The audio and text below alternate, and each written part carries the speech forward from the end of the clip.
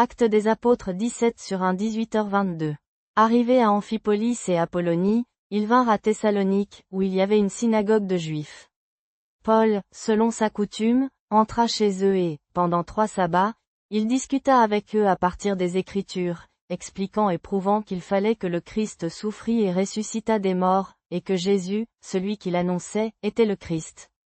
Et quelques-uns d'entre eux furent persuadés et s'attachèrent à Paul et Silas, ainsi qu'une grande foule de Grecs pieux et plusieurs dames de distinction. Mais les Juifs jaloux prirent avec eux des hommes mauvais d'entre les fainéants de l'agora, ils formèrent une troupe, mirent la ville en émoi, assaillirent la maison de Jason, cherchant à les produire devant le peuple. Ne les ayant pas trouvés, ils traînèrent Jason et quelques frères devant les responsables de la ville, criant, « Ceux qui ont mis le monde en tumulte sont venus aussi ici, et Jason les a accueillis. Tout cela agissent contre les décrets de César, disant qu'il y a un autre roi, Jésus. » Ils excitèrent la foule et les responsables de la ville, qui entendirent ces choses. Jason prit caution et les autres furent relâchés. Aussitôt, les frères firent partir de nuit Paul et Silas pour Bérélie. Arrivés là, ils allèrent dans la synagogue des Juifs. Ceux-ci étaient plus nobles que ceux de Thessalonique.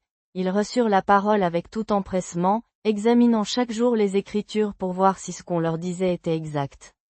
Beaucoup d'entre eux donc crurent, ainsi que plusieurs dames grecques de distinction et plusieurs hommes. Mais quand les Juifs de Thessalonique surent que la parole de Dieu avait été annoncée par Paul aussi à Bérélie, ils y vinrent pour agiter et troubler la foule.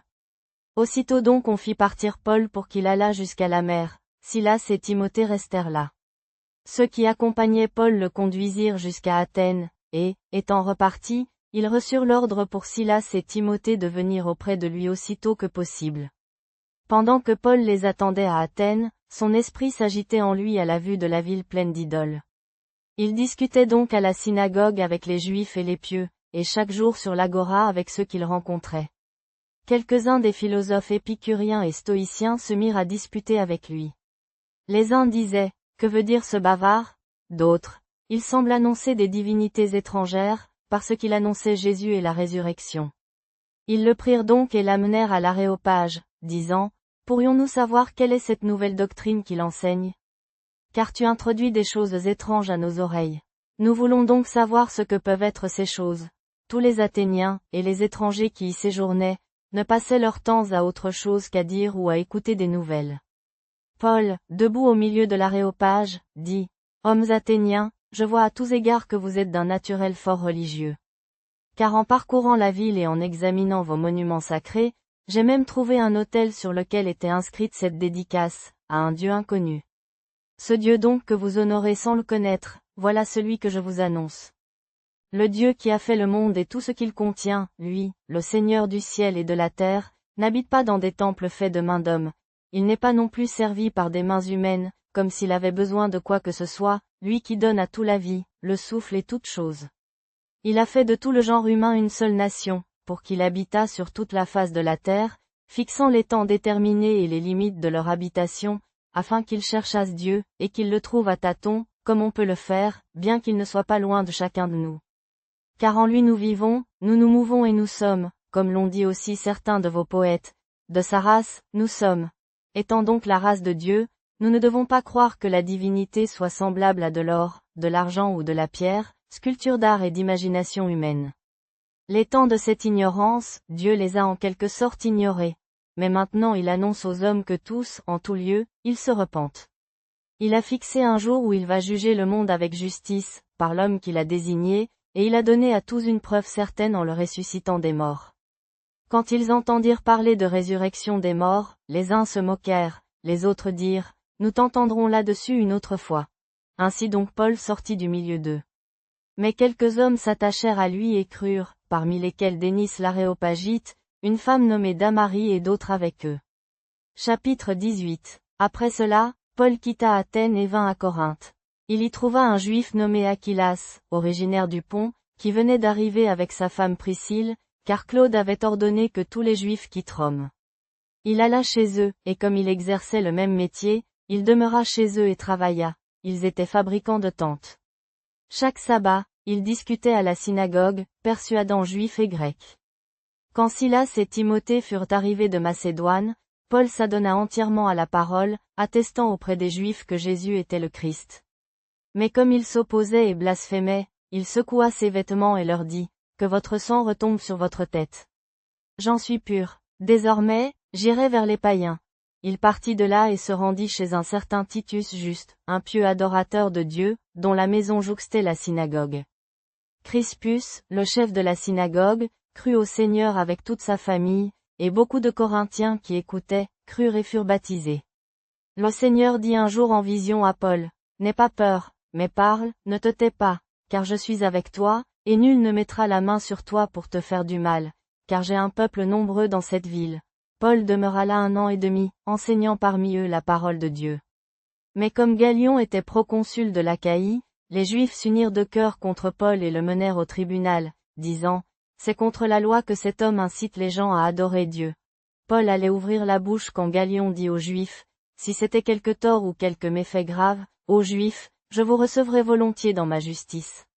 Mais s'il s'agit de questions sur des mots, des noms et votre loi, voyez vous-même, je ne veux pas être juge de ces affaires. » Et il les expulsa du tribunal. Alors tous les Grecs prirent Sosthène, le chef de la synagogue, et le frappèrent devant le tribunal. Galion ne s'en souciait nullement.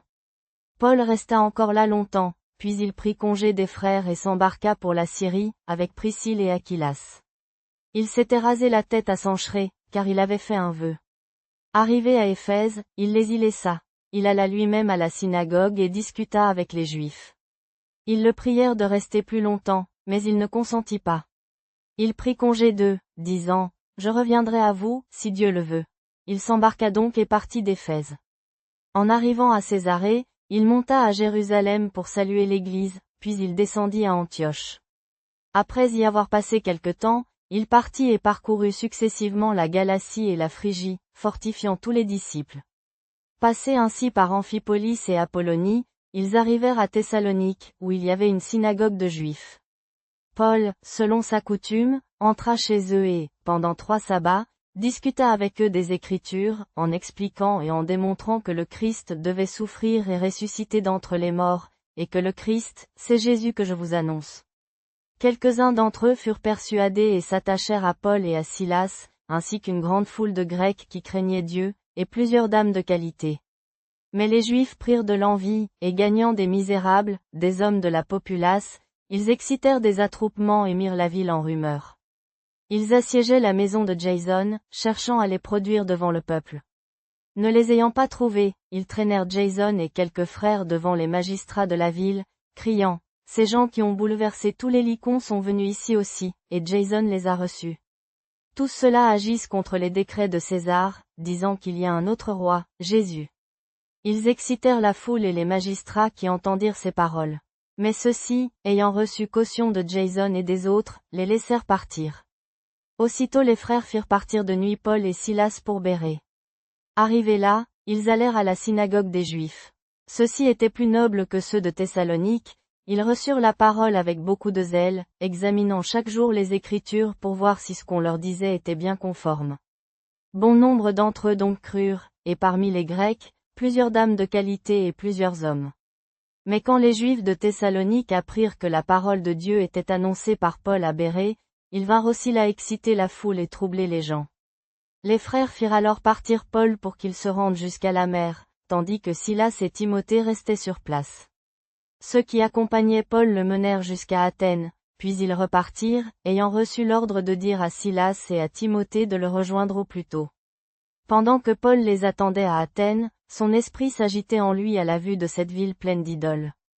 Il discutait donc à la synagogue avec les Juifs et les pieux, et sur la place publique, chaque jour, avec ceux qu'il rencontrait.